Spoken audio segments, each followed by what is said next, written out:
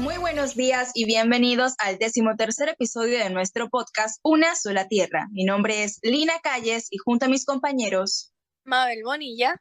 Oriel Gordón. hablaremos acerca de los incendios forestales.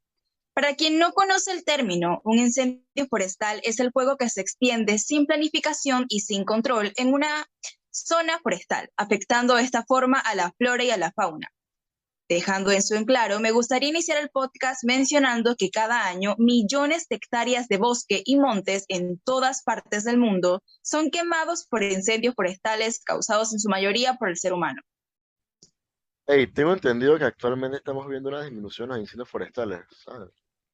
Sí, pero los pocos que se están desarrollando son mucho más devastadores y más difíciles de controlar que el resto. Tienes toda la razón. Actualmente vemos incendios forestales que se mueven a una velocidad de 23 kilómetros por hora y que obviamente acaban con todo lo que se encuentra a su paso. Hoy en día podemos observar cómo las llamas de estos incendios llegan a lugares impensables, como lo es el Círculo Ártico, explorando ecosistemas únicos de un valor ecológico incalculable para la salud de todo el planeta. Como no todas las personas que nos están escuchando tienen una idea de cómo se propaga el incendio forestal, pienso que sería bueno explicarles cómo se propaga esta clase de incendios. Bueno, excelente idea. Para poder que un incendio forestal se propague, deben darse tres condiciones que algunos bomberos llaman el triángulo de fuego.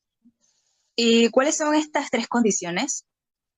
Bueno, básicamente las tres condiciones son combustible, oxígeno y una fuente de calor. Combustible puede ser cualquier material inflamable que esté cerca del área. Eso incluye a los árboles, la hierba, la maleza e incluso las casas.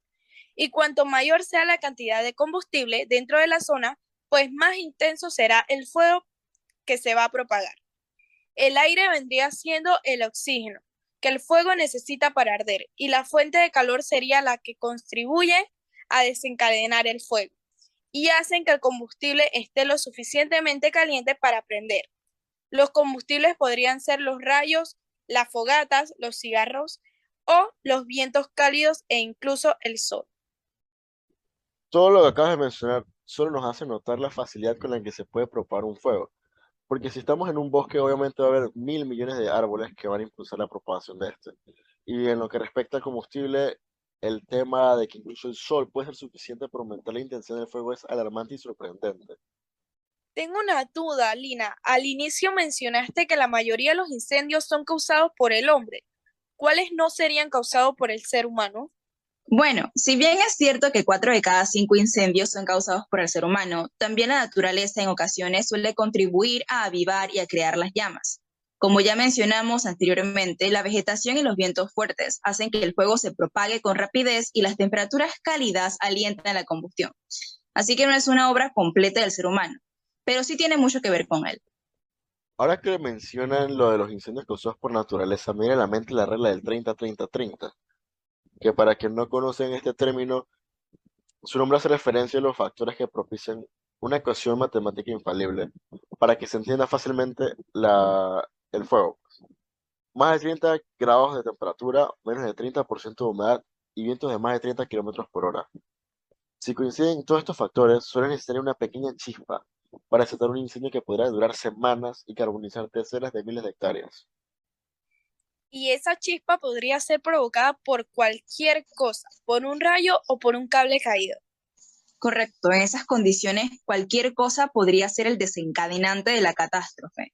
Y quienes se ponen al frente para defendernos y proteger a la naturaleza, en estos casos son los bomberos. En los casos de incendio forestal, ¿cómo combaten los bomberos el fuego? Bueno, los bomberos combaten el fuego privándolo de uno o más factores del triángulo.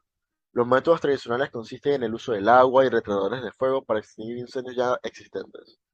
Despejar el terreno de vegetación para crear cortafuegos priva el incendio de su alimento y pueden conseguir ralentizarlo e incluso contenerlo. Pero esas no son todas las medidas que toman. También llegan a combatir el fuego a través de lo que llaman quema controlada o fuego prescrito.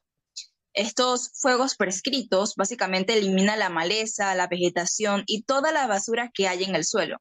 Con esto privan al incendio forestal su alimento.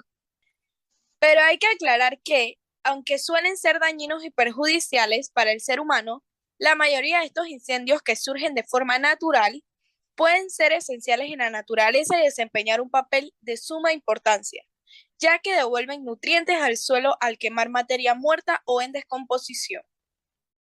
Y también sirven como desinfectantes al eliminar plantas, plagas, enfermedades e insectos dañinos en los ecosistemas forestales. Además, al quemar la copa de los árboles y malezas espesas, los incendios permiten que la luz solar llegue al suelo del bosque, facilitando el crecimiento de una nueva generación de plantas. Pero todo esto en los casos de los incendios forestales causados por la naturaleza, pero lastimosamente, en el 99% de los que son los incendios, el que lo provoca es el hombre y generalmente por actividades agropecuarias y de urbanización. Los incendios causados por el hombre son un crimen contra el medio ambiente. Representan una terrible amenaza no solo para la riqueza forestal, sino también para toda la fauna y flora. Por ende, es necesario concientizar y saber cómo evitar un incendio. Correcto. Podría mencionar que para evitar o disminuir aquella generación de incendios debemos mantener terrenos y caminos despejados de vegetación propensa a incendiarse, limpios de desechos personales o industriales, procediendo solo con quemas controladas y exclusivamente cuando estas sean necesarias, pero prioritariamente manteniendo la cobertura vegetal necesaria en cada zona para evitar algún tipo de erosión provocada por los incendios. Es aquí lo fundamental, Oriel, que como ciudadanos y visitantes a nuestra naturaleza, ya sea a vacacionar a parques o zonas rurales, debemos practicar y tener claro el concepto de fogata segura, tener precaución con los fósforos y los cigarros mal apagados, junto con botar la basura en lugares adaptados para esto y jamás dejarlos en el camino. Podemos estar atentos y vigilar los cables, apagar las centrales eléctricas en climas extremos, estudiar el clima y así ayudar a evitar un incendio forestal. Pero aquí es donde entra el verdadero problema, que es cuando los seres humanos, por indiferencia o por clara intención destructiva, son los que inician los fuegos, sin importarles el enorme desequilibrio en la naturaleza que estarían provocando, y cómo son causantes del aceleramiento al calentamiento global derivado del cambio climático. Entra aquí la pregunta en relación a cuáles son las causas en totalidad de un incendio forestal, y es también que deriva a las condiciones climáticas de extrema sequía, se suman a ellas las tormentas eléctricas y accidentes producidos en las líneas eléctricas que sometidas a temperaturas extremas producen cortocircuitos que desatan estos incendios. Entonces, se puede mencionar que parte causal de lo que son estos incendios forestales son el cambio climático tanto como causa y consecuencia de estos. Y es que el aumento de las temperaturas también es un factor de riesgo para la ocurrencia de estos fenómenos. ¿Y cómo es esto posible? Pues muchas veces se conoce que los incendios forestales dependen de varios factores, donde va incluida la temperatura, la humedad del suelo y la presencia de árboles y arbustos, entre otros. El cambio climático hace que la materia orgánica se seque con más facilidad, aumentando así entonces su potencial de propagación a través de los incendios forestales. Debemos saber que los incendios forestales son tan antiguos como los propios bosques. Sin embargo, en estos últimos 100 años el número de incendios forestales ha crecido exponencialmente en todo el mundo debido en parte a la acción del hombre. Es así, Mabel, pero no es por fuera que la parte natural es también parte de los incendios forestales, ya que muchos incendios forestales se originan por este motivo. En algunos casos, como ocurre con los rayos de una tormenta, la propia naturaleza se encarga de extinguirlos sin causar mayores daños. Por el contrario, en otros casos, estos incendios tienen lugar en circunstancias que favorecen su expansión. Y con estas condiciones climáticas, como la temperatura, la velocidad, la dirección del viento, el nivel de humedad en el suelo y la atmósfera, eh, o también la duración de los periodos secos, estos no solo causan, sino que también dificultan la extinción de los incendios forestales. Ante el avance del cambio climático, los incendios queman cada vez más masa forestal. Esto genera a su vez entornos más secos y cada vez más propensos para la ocurrencia de estos devastadores eventos. Oigan, es importante mencionar y no olvidar que los incendios forestales también se originan por causas antrópicas, como el fuego de las quemas agrícolas que realizan los campesinos. para preparar el suelo para los cultivos. Esa es otra de las grandes causas antrópicas de los incendios forestales. Se trata de una práctica extendida que se realiza para recuperar la fertilidad de la tierra, llevada a cabo sin atender las posibles consecuencias para el entorno. La quema agrícola puede convertirse en una de las mayores amenazas de los bosques del planeta. Aunque no exista una intención expresa de causar un incendio, hay prácticas que realiza el ser humano que pueden dañar la naturaleza, como puede ser el tirar un cigarro encendido sobre la vegetación y no apagar totalmente una fogata. Estas son prácticas que ponen en peligro la naturaleza circundante. También puede incrementar el riesgo de incendios el abandono de objetos de vidrio, que es un elemento refractario. En la naturaleza, entonces, volvemos a que la humanidad da como resultado un incendio. En ese sentido, los incendios forestales pueden ser intencionales o no intencionales.